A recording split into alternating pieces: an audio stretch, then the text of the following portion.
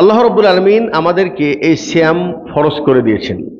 ওজর ছাড়া কোনো ব্যক্তি যদি একদিন সিয়াম ছেড়ে দেয়, ওজর ছাড়া কোনো ব্যক্তি যদি একদিন সিয়াম ছেড়ে দিয়ে ওই সিয়াম ছেড়ে দেওয়ার যে ক্ষতি তার হলো, ওই ক্ষতি পূরণ করার জন্য সে যদি পুরা জীবন নফল রোজা রাখে, তারপরেও ওই ক্ষতি পরিপূর্ণ ক্ষতি হবে না, ইল্লা মান তাব।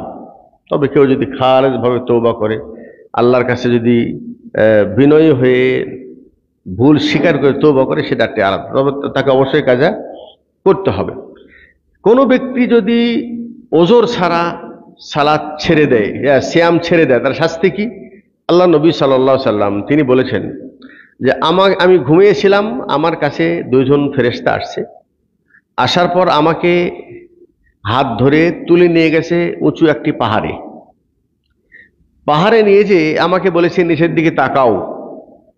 আমি নিচের দিকে তাকালাম, দেখলাম যে কিছু মানুষকে তাদেরকে উল্টো করে ঝুলানো আছে, পা উপরে মাথা নিচে, আর তাদেরকে প্রহার করা হচ্ছে, শাস্তি দেওয়া হচ্ছে, এবং তাদের নাক মুখ থেকে ঝরঝর করে রক্ত পড়ছে।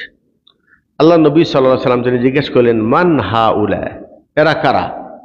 তিনি বললেন, এরা তারাই যারা দিনের বেলা ইফতারি করত, রমজান মাসে সিয়াম যারা রাখত না।